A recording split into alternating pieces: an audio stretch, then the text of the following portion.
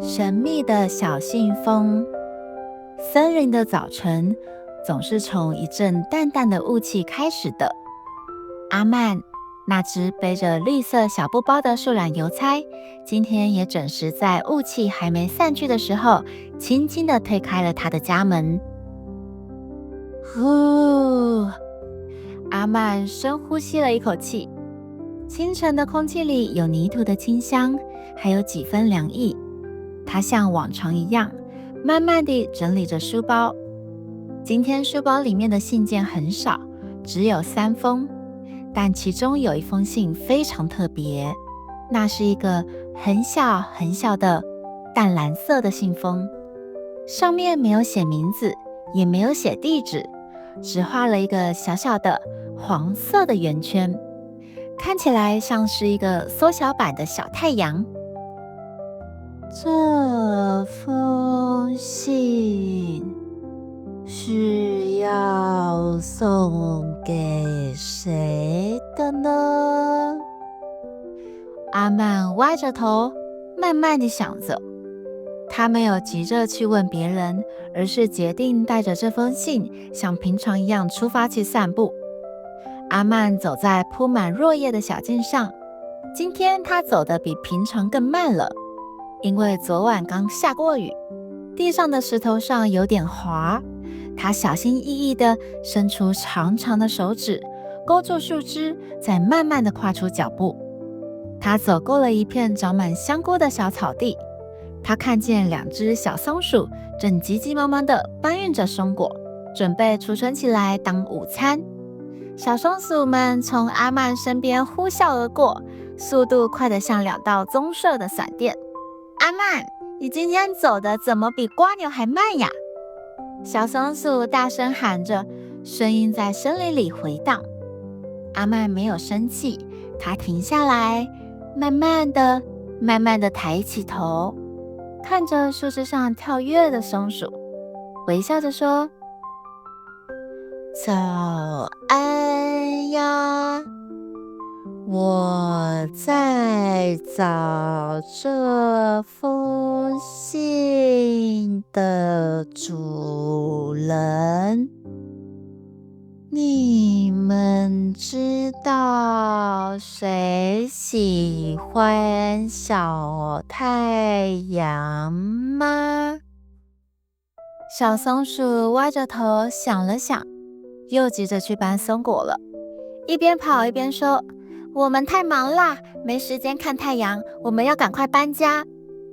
阿曼点点头，继续往前走。他经过了清澈的小溪边，看见了一只小青蛙正坐在荷叶上发呆。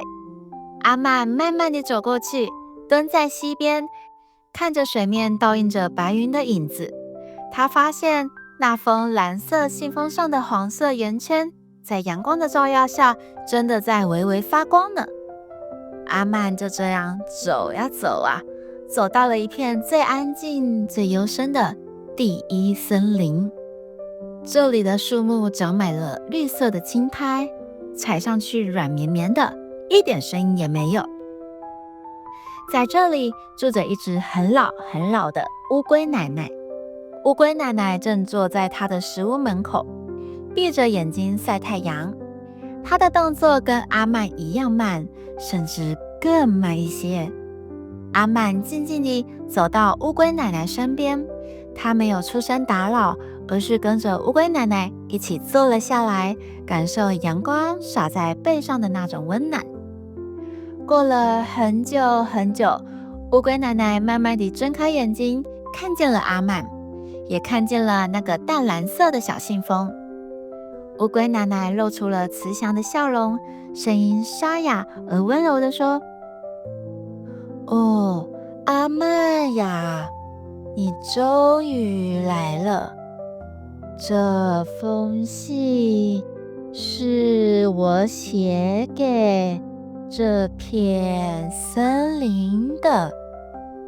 阿曼愣了一下，慢慢地问：写给森林的。乌龟奶奶点点头说：是呀，大家每天都跑得好快，忙着找食物，忙着盖房子。我写这封信是想请一位最懂得欣赏风景的邮差，带着他在森林里走一圈，这样信封里的小太阳就会把森林里的每一朵花的香气，每一阵微风的声音都收集进去。阿曼看着手里的小信封，这才明白，原来这封信不需要送到谁的手里，他的任务就是带着这封信，慢慢地走，慢慢地看。所以，我已经送到了吗？阿曼轻声问。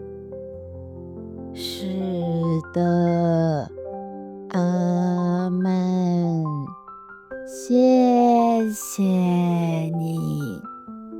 乌龟奶奶拍了拍阿曼的手，你把森林的美好都装进这封信里了。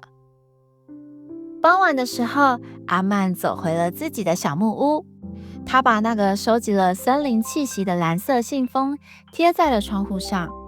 当晚风吹过时，那封信似乎发出了一股甜甜的、淡淡的草香。阿曼躺在床上，看着窗外的月亮。他觉得今天虽然没说几句话，也没跑多远的路，但心里却装满了整座森林的温暖。他打了个长长的哈欠，慢慢地盖上被子，小声地说：森林，晚安，小太阳，晚安。